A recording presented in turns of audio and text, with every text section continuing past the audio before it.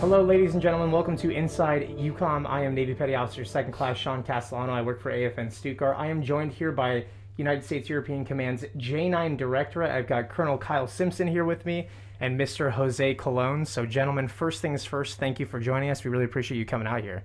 Thank you for having us. Absolutely. It's a pleasure to be here. So, J9, in a nutshell, for somebody that doesn't know, what does the J9 Directorate at UCOM do?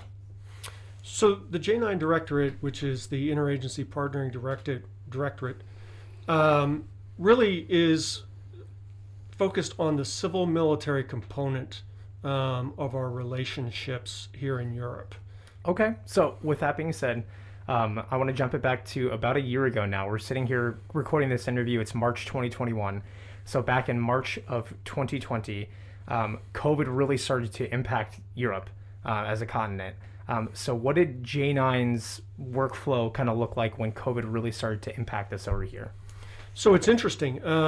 We go back a year, and European Command was in the middle of an exercise called Juniper Cobra. And so if we think back, of course, you had the issues in Wuhan in China. And very near to that, the virus had spread to South Korea. And so United States Forces Korea was very focused on trying to tamp it down in that location. Here in Europe, the first place that we really saw COVID was in Italy. And there was a huge bloom right at the end of February, beginning of March of 2020. And that caused a lot of concern, not only for us because we have forces in Italy, but for Europe writ large, because there was a concern about the spread throughout Europe and what the social and economic impacts would be for the continent. And so here within U.S. European Command, we scaled back, curtailed Juniper Cobra, and we started planning for how we, EUCOM, were going to respond to what was at the time an epidemic, which would later become a pandemic. So we put together a joint planning group to start analyzing and planning our response. Through that planning group, we got guidance that there were three functions that we had to do. First, we were going to maintain our mission essential functions as a combatant command and our components. Secondly, we were going to focus on keeping COVID out of our headquarters. And then the third thing we were going to do is, to the extent possible, we would extend assistance to our allies and partners, which is really what we're going to talk about today. Let me kind of give a brief, if you will, a macro view of where we've come since we were a year ago. So we started in that joint planning group. We came up with some options. And as we started looking at assistance to allies and partners, one of the first things we had, there's an excess property warehouse down in Livorno, Italy, which happened to be right smack in the middle of where the epicenter in northern Italy was at the time. So we looked at what do we have in that warehouse that we could donate to the Italians in order to create field hospitals or sites where they could treat COVID. And we found a number of different items that were of use to the Italians, and we coordinated with them. And so we set up that first delivery, which happened on March 20th of 2020. At the same time, we were already in discussion with the Office of the Undersecretary of Defense for Policy and the Defense Security Cooperation Agency about a foreign disaster response to help the Italians. That would eventually become $100,000 of assistance that the president would promise to the Italian government. 10 million of that would be for immediate response done by the Department of Defense, by U.S. European Command, and $90 million of that would be more long-term through the United States Agency for International Development.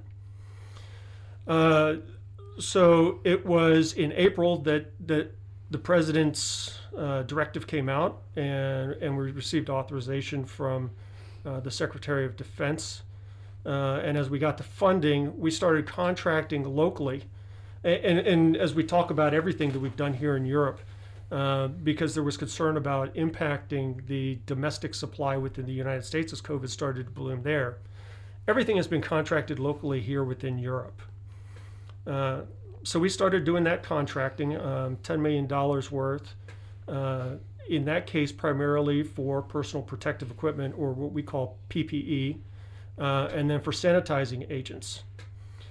And so, working with the Italian Civil Protection Agency, we ordered gloves, gowns, goggles, masks, everything you needed to protect those first line responders, as well as the healthcare professionals and the patients, so that we minimize the spread of COVID within Italy. Simultaneously with that, we also provided some military airlift in order to help the Italians move that equipment around Italy, as the Italian Air Force was the agency that was responsible for it initially. That would later transition to civilian or commercial options for moving equipment around Italy.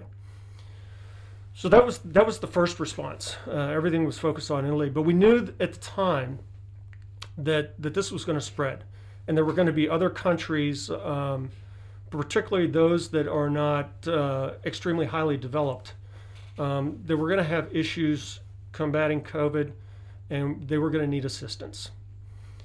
So we coordinated with the Defense Security Cooperation Agency, and using authorities that we already had and funding that we already had, we started coming up with small HA projects in order to provide that personal protective equipment and sanitizing solutions to other countries.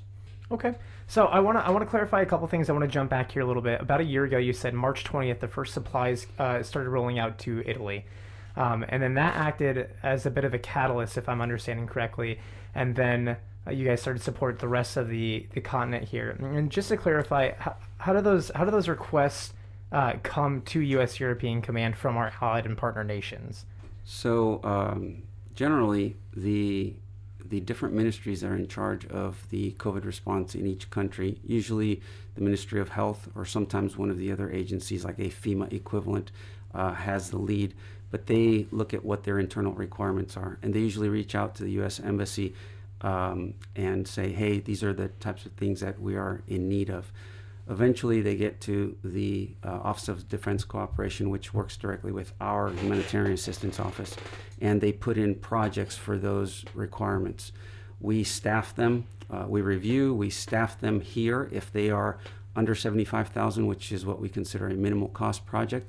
We approve it locally, and then we either push the money back to that specific country through the GSO to buy locally.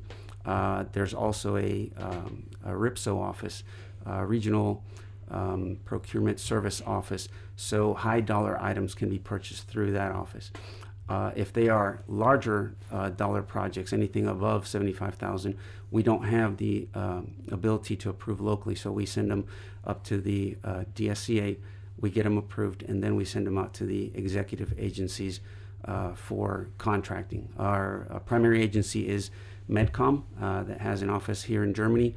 We send them the money, and then they work directly with the HAP managers, Humanitarian Assistance Program managers, and the other officers at the Office of Defense Cooperation to build the requirements packages and to contract for those items that are needed at each different location. Okay, and then speaking of those items that are needed, I remember about a year ago now there was a big call for respirators. What did it look like? How did this relief kind of manifest itself? What were we sending to these allied and partner nations?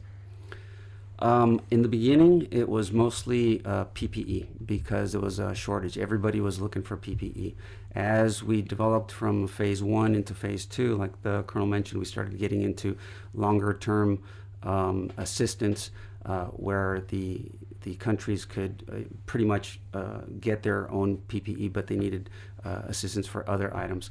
So we didn't get into the respirators per se that much, but we started doing projects for other things. And again, it's based on what each country was requesting. A lot of ventilators, a lot of ultrasound machines. We did hospital beds, mattresses, linens, things like that.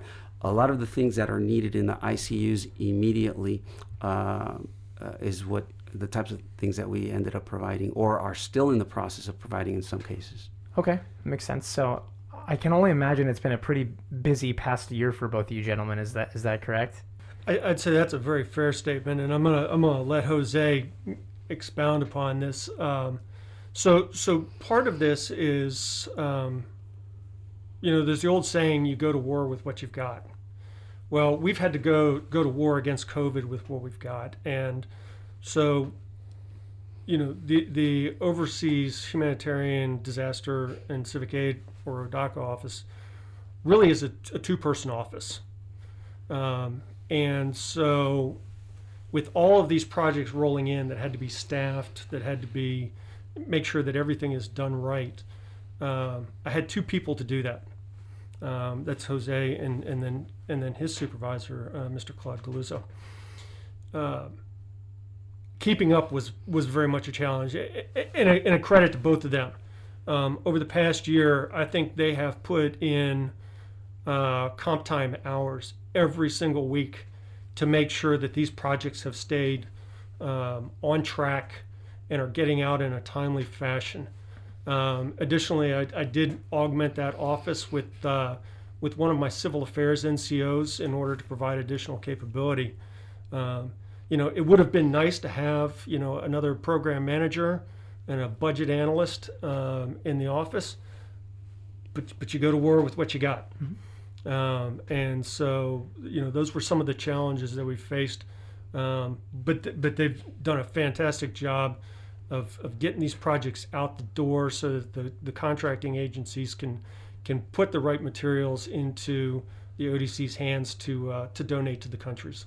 So while that does sound challenging, it sounds like you guys have been busy. While it is challenging, I'm sure it's also very rewarding work that you've been doing over the past year.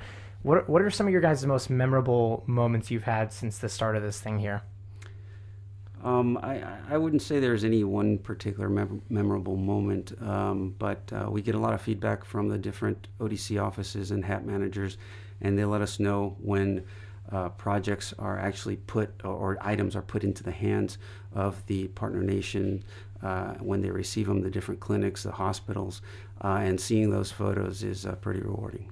I can only imagine. Yeah. Colonel, is it kind of and I would echo that that there is no one moment, if you will, but really the satisfaction that you get out of this job is that every time you see one of these projects completed and you know that this equipment is going to the healthcare professionals, you're saving lives.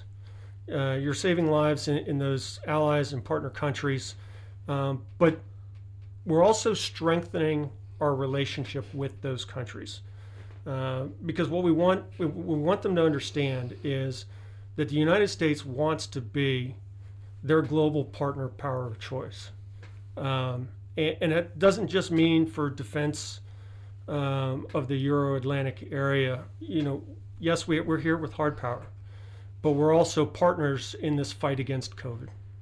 Absolutely. Well, gentlemen, I want to thank both of you here for joining me. We really appreciate it. It sounds like you guys have had a very busy but important past year or so here. So thank you for taking the time to come over here and talk to everybody that watches this Inside EUCOM series.